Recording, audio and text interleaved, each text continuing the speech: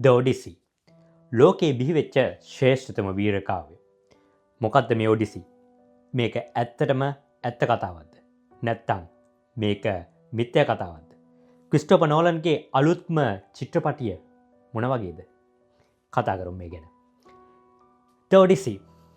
මේ ඔඩිසි ගැන කතා කරාට පස්සේ අපිට මුලින්ම යන වෙනවා ග්‍රීසියට. ඒ ග්‍රීසියේ ක්‍රිස්තු පූර්ව 8 වෙනි සියවසට. එතන මේ ඔඩිසි ලිව්වාය සැලකන්නේ හෝමර් කියන කවියා.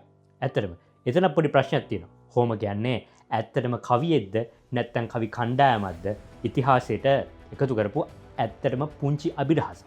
තාමත් ඉතිහාසයට මේ දේවල් ගැන හරිම අදහසක් නැහැ. නමුත් මේ හෝමර් ලිව්වේ මේ ඔඩිසි, දි ඔඩිසි කියන කාව්‍ය පොත. මීට අමතරව ද ලයිට් කියන පොතත් මොහු විසින් ලියලා තියෙනවා. මේක ඇත්තටම බටහිර සාහිත්‍යය ගොඩනැගෙන්න පදනම් වෙච්ච කෘති දෙකක් විදිහටයි මෙන්න මේ පොත් දෙක සැලකෙන්නේ. ඉතින් ද ඔඩිසි ගැන කතා කරන්න කලින් අපිට කතා කරන්න වෙනවා ද ට්‍රෝජන් වෝ එක. ඉතින් ග්‍රීසියේ රජවරු මේ ට්‍රෝජන් නගරයට ගිහිල්ලා ට්‍රෝජන් නගරේ අත්පත් කරගන්න අවුරුදු 10ක් ඔවුන් එක එක යුද්ධ උපක්‍රම කරනවා. නමුත් මෙහිදී මේ ට්‍රෝජන් වරුන්ම පරාජය කරන්න බැරි බවට තමයි මතයක් පැවතුනේ. නමුත් මෙතනදී මේ ඔඩිසියස් රජු තමන්ගේ තියෙන මේ කපටි කූට උපක්‍රමයක් යොදලා මේ ට්‍රෝජන් හෝස්ව නිර්මාණය කළ ට්‍රෝජන් නගරයට පිවිසෙනවා. එතනදී මුළු ට්‍රෝජන් නගරයම තමන් බවට අත්පත් කරගන්නට ට්‍රෝජන් නගරයට ඇතුළු වෙන්නටත් මේ ග්‍රීක හමුදාවල් වලට පුළුවන් වෙනවා. එතනදී ලැබෙන ජයග්‍රහණයත් එක්ක අවුරුදු 10ක යුද්ධ නිමා කළා තමන්ගේ ගම්රට වෙන මේ ග්‍රීසියට පිටත් වෙන්න මොවුන් පිටත් වෙනවා. ඉතින් මේ ඔඩිසියස් ගැන කතා කරොත් ඔඩිසියස් කියන්නේ ඉතිකාවල රජු. ඉතින් මොහු ගොඩක්ම ප්‍රසිද්ධ වෙලා තිබ්බේ මේ යුද උපක්‍රම සහ මේ කියන්නා වූ ඔහුගේ කපටි මොළයට. ඉතින් මු ඉතාමත් හොඳ ලීඩර්ෂිප් එකක් තිබ්බේ රජ කෙනෙක්. ඉතින් මේ ගැන තවදුරටත් කතා කරද්දී මේ ඔඩිසියස්ගේ වීර චාරිකාව තමයි ද ඔඩිසි කියන පොතේදී අපිට බලා ගන්න වෙන්නේ. ඇත්තටම මොහු මේ අවුරුදු 10ක යුද්ධය ඉවර කරලා තමන්ගේ ගම්රට බව තමන්ගේ රාජ්‍ය බලා පිටත් වෙන එක දින කිහිපයකින් සිදු කරන්න පුළුවන් වෙයි කියලා හිතුවත් ඔහුට වසර 10ක වෙනි ප්‍රමාණයක් ඔහුට ගත වෙනවා මේ යලිත් ඔහුගේ රාජ්‍යයට යන්න. ඇයි මෙහෙම වෙන්නේ?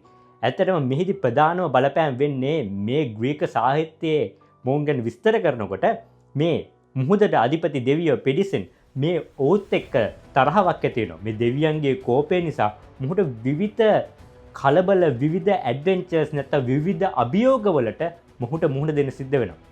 මෙහිදී කතා කරොත් ඔහුට මුහුදේදී එක එක දූපත් වලට යනකොට ඔහුට සයික්ලොප් කෙනෙක්, ඒ වගේම එක එක සයිරන් වලට ඇහිලා ඌගේ මනස විකාර කරන දේවල්, ඒ වගේම මුහුදේ තියෙන භයානක රාක්ෂයෝ, ඒ වගේම සැඩ සුළං කුණාටු සහ මුහු වසර 7ක් එක දූපතක හිර වෙලා ඉන්නවා. මුහුගේ මේ මෙමරි එක නැත්තම් මේ මතකේ නැති වෙලා.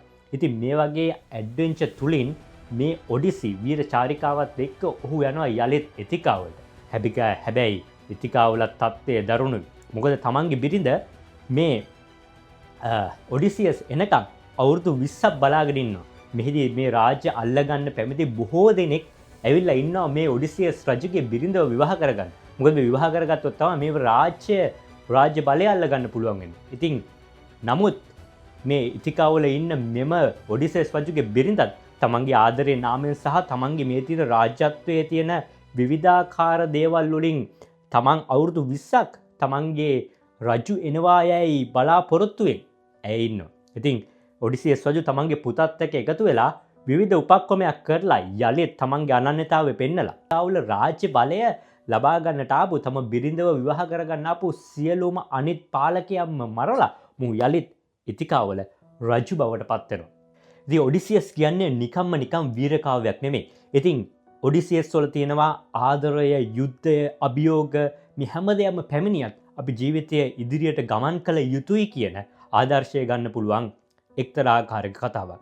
ඉතින් වසර 2700කටත් වඩා වැඩි කාලයක් මෙම සංස්කෘතික සාහිත්‍ය සහ විශිෂ්ටතම වීරකාව්‍ය බවට පත් වුණු හෝමර්ගේ ඔඩිසි දැන් ක්‍රිස්ටෝෆර් නෝලන් අතින් සිනමා කෘතියක් බවට පත් වෙලා තියෙනවා.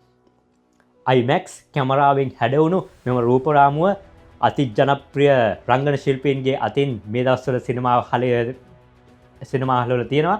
ඉතින් ඔගලන්ට පුළුවන් ටීවගේ බලන්නට වඩා සිනමාහලකට ගිහිල්ලා මේක බලන්න මේක තියෙන අමුතුම රසය නැත්තම් මේ සාහිත්‍යය සහ මේ සිනමා කෘතියේ අපූරත්වය ඔබ ලබා ගන්න.